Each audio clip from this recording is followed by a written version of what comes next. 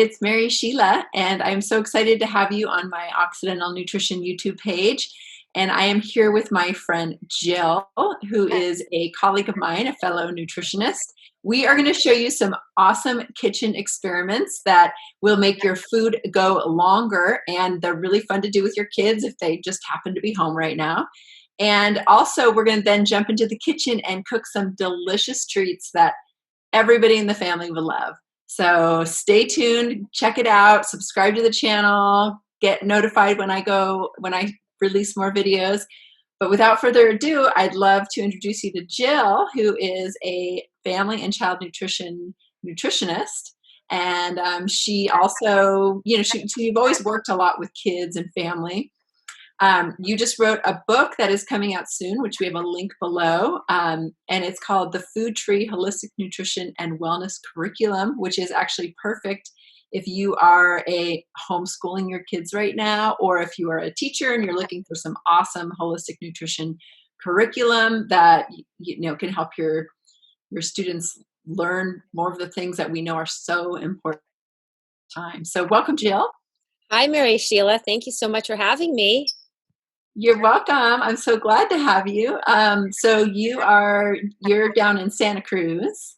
That's right, Santa Cruz. It's a beautiful day here.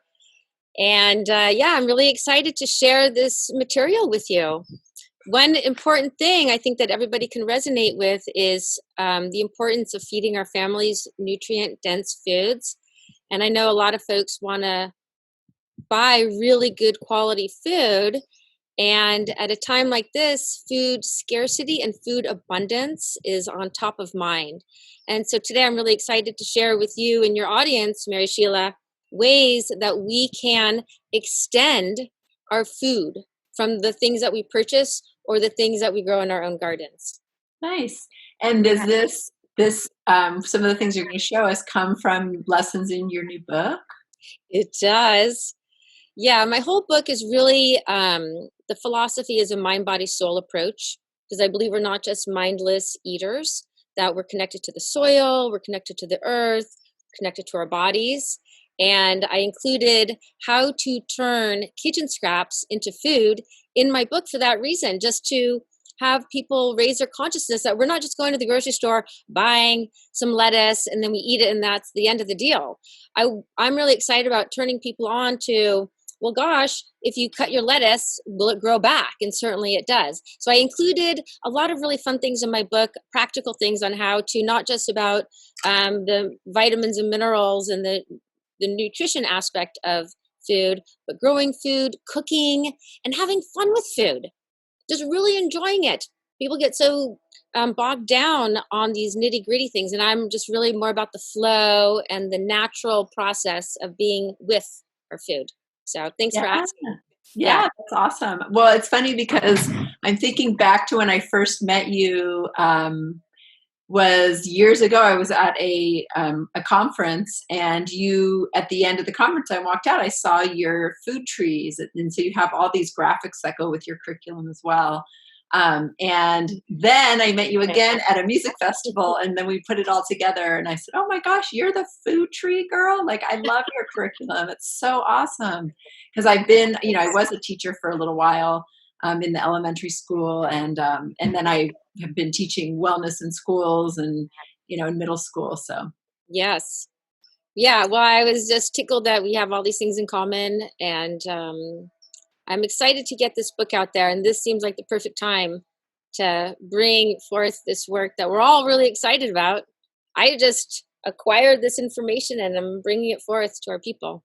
Yay, that's awesome. So let's dive in, Jill, to some things that you can share with us on how to make your produce really last. Perfect. All right. Well, I'm not going to start with an avocado pit. Although we do pull those out of our compost a lot. My daughter grows them.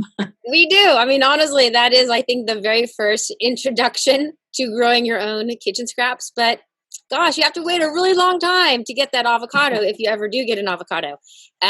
These are a few recipes from my upcoming book. I have about 12 different ones. So, I mean, you could grow a lot, but I've only included those. So let's start with the potato. Okay, These are so easy. Everyone knows that your potatoes will sprout when they grow in the pantry. So this is what that looks like. And all you need to do to regrow your potatoes, and this is going to take a little bit of time, and I'll get to about 5 different vegetables today. So the potato, you're going to slice them into sections like this, and you're going to find one of the nodes. And that node essentially will grow a new potato plant. The trick with growing potatoes, though, you could actually put this whole thing into the garden and bury it and pile your soil on top. But really what you want to do is cut it like this and let it dry up and get a little callus. And that way it won't rot in the garden. So that's one very simple thing. So in the potato family, you could do yams, sweet potatoes, russets, red potatoes. It really doesn't matter. Any of those can go right in. How's that? Easy. Yeah, and one thing I'll say totally you can do is you could take like a any kind of container, throw throw a little bit of dirt, throw the potatoes in, and then even just throw a little straw. And then as soon as they start growing, you could throw a little more straw, and then you'll have layers and layers of potatoes. Absolutely. This is like what we would say a low-hanging fruit in the gardening world. Is the easiest, most simple thing. Sometimes potatoes do carry diseases. I don't want to say diseases, but they do. So a lot of gardeners will isolate their potatoes in their own containers. But it is a gift that lasts forever. They just grow forever and ever. So that I just wanted to show you. All right. So that's the potato family. Yams, sweet potatoes, white potatoes, and potato, put it in the garden. The next family are the alliums.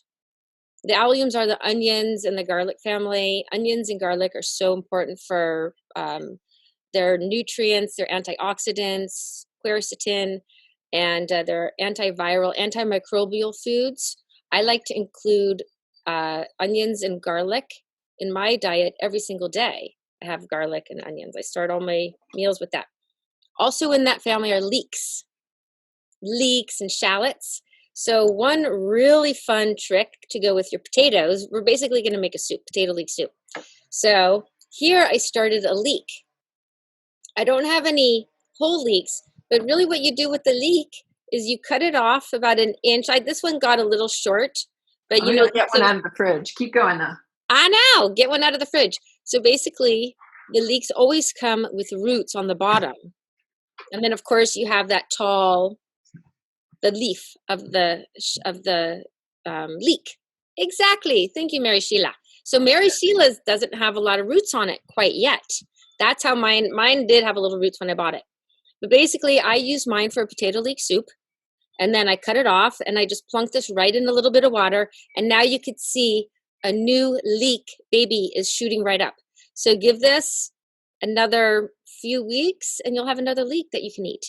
That's so awesome. Again, would you ever put it back in the soil if you had a garden? Absolutely. And then do you think 100%. this will still grow roots even though it's so Yes. slim? Okay, so I'll just cut like maybe an inch and then Yes. all of this. All of that you can eat on the leek. Yeah. And for cooking wise, we're going to take off the thicker, more fibrous green on the top and use the yellow or whiter part of the leek. Yeah. Yeah. You always got to clean your leeks too. I can already see a lot of dirt in there. You have to clean your leeks. You can slice it down the middle and rinse it out. But anyways, I honestly feel like this is such simple, basic stuff to share, but it's kind of fun and everyone can grow their own garden. Even if you're in New York City right now and summer's coming, there's no short reason you couldn't get a little pot like this and plunk it in, have a garden growing.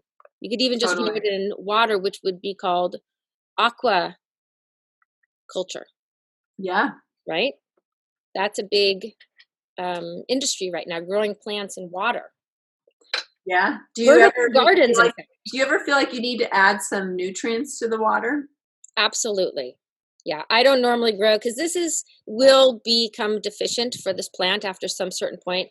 So that's a really great question to ask. So yeah, it's not going to go on forever, right? So you could do that for a while, get some roots and put it in a little pot and then grow it, right? Yes. Okay. Yeah. Perfect. Now, something that will grow a little bit faster is the cousin, and this is a green onion. So it's the exact same concept. We're going to slice the bottom off, leaving about an inch or so. And then you put this in water, and before you know it, a little green's going to come out. So this is something you keep on your kitchen counter and have fresh greens, because we know fresh greens and the antioxidants right now is really important. Ironically, a lot of the farmers are tilling the soil with produce that isn't being bought in right now or purchased because of our restaurants are shut down. That's like the first thing I'm going to is the grocery store. I only went to the grocery store once during this whole pandemic, because I have a lot of fresh stuff. But this is a great way to get fresh nutrients into your system, not canned, fresh. That's what we're really looking for. And it's grown in your house, so you know it's safe, and it's not coming from who knows where. I mean, we have to buy things, and Right. some people are feeling more comfortable cooking things right now than eating them raw. But if they come from your own place, Right. you're good with the raw. That's why I've been doing some sprouting and things like that too. And Too, just yeah, and just to say, that whole family, that allium family, is a really great family of produce to have every day. It's extremely liver supportive, and it's really high in sulfur, so it helps the body to detoxify. yeah. And that whole family also has something called quercetin, which is extremely good for the lungs. So we really want to do Yes. whatever we can with the lungs, with hydration, with the Yep. quercetin, with the sulfur. All of that's going to help with detox. So, Exactly. Yeah, these are really important nutrients for building our immune system and liver detoxification, which is we the love. immune system too. Yeah. Yeah, the immune system. So also in that family, Mary Sheila, are garlic. Oh, that's so cute. So look how cute these little guys are. All right. So in the family with garlic, all you need to do is take your garlic bulb, break it open, get your individual cloves out. I put mine in water to make a sprout, and then this green is going to come out. You can actually eat this green of the Oh, yeah. garlic. This is delicious. Yeah. But also you can put this right into the ground, into your garden, and a new garlic bulb will grow.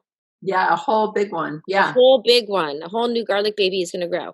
And I want to make sure I have food in my garden. I'm very fortunate because I do have some land to grow food on. But that's another thing I want our society to be talking about is gleaning.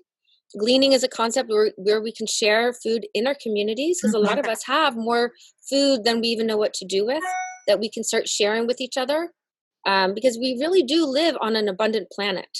Even Yeah. though we're having a struggle right now on our planet, there is abundance. None of us should be going hungry. Okay, so those are the alliums, garlic, onions, leeks, scallions. Those are all things that you can grow from your kitchen scraps. And another really fun one, this I think is going to blow some minds, but woo, get excited. Produce excitement. This is a lettuce head. Ooh. So again, when you get your head of lettuce from the grocery store or maybe from your garden, if you have it growing in your garden, you can just take the leaves off. You don't have to take the Right. whole plant. But in the fields, they'll cut the lettuce off. Now you just take the bottom. This is about 2 inches of lettuce that I cut from the bottom. And then I place it in a little tub of water. And look, a new lettuce is growing. So That's this so is only cute. 1 week old, 1 Nice. week's growth. So Nice. this is going to give you a little bit more excitement than waiting for the potatoes. Totally. It's like a staged meal. You might not have your potato leek soup all in one go, but basically the salad you'll get to that first. Yeah. But look how easy that is. I Yeah. mean, That's honestly, awesome. we want all our people to have fresh fruits and vegetables in the holistic nutrition world. This is all what we talk about all the time. So I'm just so excited. I kind of want to eat this right now, quite frankly. It looks really good. Well, go ahead and have a bite. I know. I might want to rip a little lettuce off. Well, and that's the other thing. Perfect. When you're eating it so fresh, you're really getting, that's when all, the vitamin C is there, because a lot of those things are susceptible to time. When they're too long on the shelves, too long in our fridge, Yeah, then they lose some of that stuff. It doesn't mean it's bad, but the fresher you can get it from growing to your mouth, the more nutrients you'll get. absolutely. Yeah. Cool. I Yeah, love so it. you can do this with all the lettuces. Of course, not the baby lettuce that doesn't have a root on it. You do need to have this little end part. But again, this is going to start growing roots. I don't know if you could see it on the camera, but it's growing roots. And Cool. certainly there's no short reason that this cannot go into the garden. and I probably will be planting it. And Right. So another you thing, buy it, you eat it, and then you plant it, so then you get another cycle. exactly. Start it in your kitchen because it's just easier. You're like, I'm not ready. I don't have a pot ready. You could just cut it, throw it in some water, and then a few days, or when you're ready, Hmm. right? When you're Yes, ready, then you say, okay, today's a good day to pop it into a pot or to pop it into my garden. absolutely. It's like the plant that keeps on giving. So I think that's really exciting with the lettuces. Um, and other root things too, like this is lemongrass. Oh yeah. And I almost feel like it's stealing a little bit, like buying it from the grocery store and then planting it seems a little bit like, woo, but this is growing a new plant. So we have, even though this is a heat loving plant, the you might want to keep that in a pot, and then in the wintertime you could always bring it in. Okay, so that's really fun. And then the final thing I wanted to show your community is how easy it is also to grow a tomato plant. So all we need to do is slice this guy in thirds. So we know what a slice of tomato looks like. You can just simply place this on top of your soil, sprinkle with some more soil on top, water, put in the sun, and then before you know it, you'll have some tomato plants. Woo! So I That's know these are awesome. more, this is like a hybrid of gardening and harvesting your kitchen scraps, but you can literally take these things. In fact, they have some history. We think that our civilization really anchored down and started the agricultural aspect of our society, of our civilization, from compost piles. Once we started throwing all these things in the compost, all these, I mean, I don't think they called it a compost pile back then, but A that's Midian how, site. what's that? It's called a Midian site. That's the Native Americans called it. Oh, I really? have it like right off my kitchen. We have a porch, and I always throw things off into the right there actually. And I always say I'm throwing it into the Midian site. Someday they're gonna, archaeologically dig that and find all the things I threw, and things will grow. They're going to see what you were snacking on, Yeah, right? exactly. Yeah. Different than my compost. I have a compost with things that, like, maybe oranges or things that I don't want to throw in my compost that aren't gonna attract rats. I just toss. Right. Yeah. Yeah, so these are Cool. some really simple things that everyone can do at home. It's really easy, and just to make your produce grow and go a little bit longer so you can feed your family with security. That's great, Jill. And the recipes that you just showed us with the kitchen scraps, those are all in your book when you showed us that little PDF. So if somebody Yes. gets your book, they can get all those recipes. Nice. Yeah, And all those recipes and more. Mhm. great. Yeah, exactly. And lots of curriculum. And then we'll get into the kitchen and the recipes we make in the kitchen. People can get those from your website. Absolutely. There's a link on my home site, so your viewers can go easily click on there and they can get all the recipes. Okay, great. Well, I'll put the link to Jill's website. What is your website called? It's Santa Cruz Holistic Nutrition.com. Awesome. And you can also reference the food tree or healthy food tree. Cool. Great. Okay, well Yep. let's I'll meet see you in in the the kitchen. kitchen. Okay. All right. Hi. All right. Well, welcome to my kitchen. And mine. Hello. So these are some of my favorite snacks I'm going to share with you today. The first snack is going to be pepitas. And pepitas are little pumpkin seeds, and they're really popular in Mexico. And then the second snack I'm going to make for you guys is nori sheets, toasted nori sheets. Yes, but the first one we're going to show are pumpkin seeds. And these are really high in fiber, in healthy fats, monounsaturated and polyunsaturated fats, And zinc. and zinc, which is really good for the immune system that we want to talk about right now. Zinc is, in fact, probably one of the hot minerals that us nutritionists are talking about, as well as selenium. Selenium is also really high in pumpkin seeds and nuts and seeds in general. Mhm. And interestingly enough, selenium is really important for thyroid function. However, it's also really important, I just learned this, that it reinvigorates the antioxidant vitamin C and vitamin E. I think Mary Sheila and I get excited about nutrition because we know the secret ingredients that go into them, all these vitamins and nutrients. We know what they're doing on such a deep level in our bodies, and we could go off on every single nutrient in here, I'm sure, for like an hour. But today, we're going to just get to the good part and eat them. Yeah. So I cook often in a cast iron pan. That's and what I have to do. Is sprinkle a single layer of pumpkin seeds into the pan. Okay. I'm going to tilt my screen down a little bit so you guys can see the cooking of it. I'm going to put it on a low flame. Okay, I already have mine pretty hot, so I'm going to pour mine on there too. Yeah, these are going to cook quickly. The one important thing that people need to understand with nuts and seeds is that they're high in fat. And fats are incredibly healthy for us to eat, except when they're overexposed to heat, right, or sunlight. That will turn your seed or nut, or any fat for that matter, into a rancid oil. And the benefit of eating oils is that they can be antioxidants, and we want to make sure that the food we're eating is not adding to any oxidative stress. So that's why I in fact keep all my nuts and seeds in the refrigerator in glass jars. Yeah. Like I just showed you guys. So we're going to put the pumpkin seeds on the hot flame for about a minute, and then they're going to start to pop. Yeah. And get all toasty and delicious tasting. And my pumpkin seeds, I actually soaked and dehydrated. I soaked and sprouted and dehydrated. That's part of one of the things that I do often, just to make sure that then all those great minerals are really bioavailable. Yes. And that's another important thing that a lot of people do. Sometimes I do, sometimes I don't, depending on how prepared I am. Yeah. But you can always have some nuts and seeds soaking, and that does help release some of the phytic acid. If people have digestive issues, sometimes people have trouble incorporating those into their system. Yep. I happen to be fine in that department. I don't have any issues with that, so I tend to not always soak my food. Yeah. But you can see over here, I have a few nuts and seeds that I keep in jars. Cashews,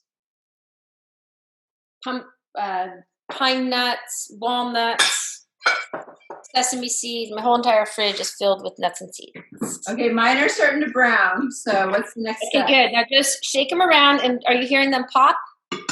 Not quite, but they're definitely getting a little brown. Yeah, pop them around. And then once they start, are they popping? Yeah, they're talking, yeah. Okay, good. So once they start to pop, toss them around. Okay. And then you could pour them off onto another plate or a bowl. Okay.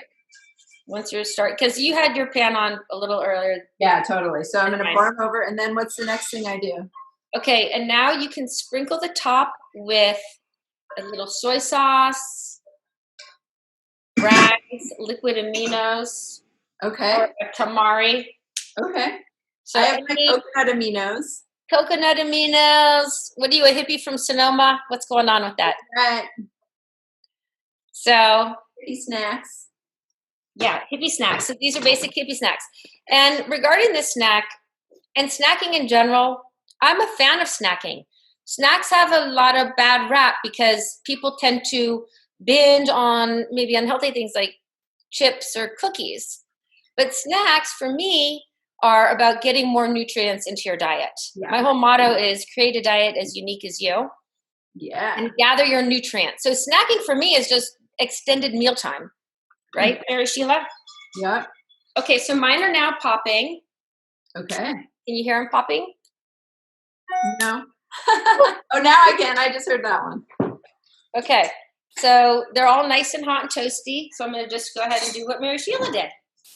Okay, and I just put I think I have about 3/4 of a cup of seeds because that's just what I had in my jar. And then I probably put like a teaspoon-ish of, maybe a little more, not much, because I can always add more, but it's hard to take it away. You can always add more. You can't take it away depending on salt content, if people like it salty or not. And of course, you can add other flavors. You could go more of a sweet. You could probably add cinnamon and delicious things like that. Chipotle. What's that? Chipotle. Yeah, you could do chipotle, add a little chili. I have some ground cumin. That would be really good. So these are delicious. Now, when do you eat these? You can eat them just as a one-time snack before dinner if you're having a little munchy craving. You can add them to soups.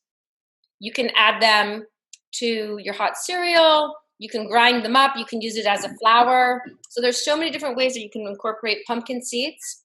You can also store them for a few months, in a refrigerator or in a glass jar or in the freezer. And they last a really long time, right? So good, and kids love them. That's awesome. Yeah. I make these oftentimes when I teach in schools, just to turn people on. And also part of my food tree curriculum, I do recommend 1 serving of nuts and seeds a day. Okay, perfect. Yeah, so that's that. My child just came in for the swoop. You like them? Perfect. Good. Okay, let's do these next ones. Okay, the next one, this is so fun. Now, nori sheets are made with a red algae seaweed. They're highly nutritious. They're also high in selenium and a lot of the minerals. They're also really high in iodine. Iodine, people are really deficient in particular in this time of this virus. So there's a lot of therapeutic value in eating seaweed and sea vegetables. Yeah. So the nori is one kind of sea vegetable, but there's also wakame and nori that you can add to your soups and a whole different ways to do it. But this is a really fun way to do it. So you can buy them in the pack like this. Yep. And they come in this. Most people know these from how their sushis are wrapped up in. Yep. So what we're going to do is sprinkle a little bit. I like sesame oil. Okay. Can you see this? Yeah. This happens to be a hot pepper one. You can just do a regular one, depending on who your tasters are. So on one sheet, I'm not a measurer. I'm not a trained chef. I got you. I feel you. Right? I just sprinkle a little bit on. Just my computer. On there. I just sprinkled a little bit on. You can be professional and use a brush. Okay. I'm going to go use my hands. Okay. So just spread it around on the top. You can do on the top or the bottom if you want. And then you can sprinkle a little sea salt. Yeah. And if people are sensitive to sodium, you can eliminate that step because seaweed is naturally high in salt from the ocean. But there's it's not, the nori is probably the least sodium because it's rinsed. Right. When you buy seaweed that hasn't been, so I've been a seaweed harvester for a long time. Am I going to do both sides of this, Jill, or just one side? I'm just going to do one for now. Okay. Because I think one gives enough oil to it. All right. Now, these are also popular in Trader Joe's and Costco and places like that. Mary Shiel and I have also talked about reducing our environmental impact when it comes to cooking and eating. Yeah. So buying these things and making these nori snacks your own is cost effective, simple to make, and it's a less stress and burden on the environment. Well, just to say something really fast, and then then I'll ask you about when to get this on there. So when you buy a whole pack of nori sheets, there is a thing of plastic here that you're getting with it. That's true. Thing to keep them dry.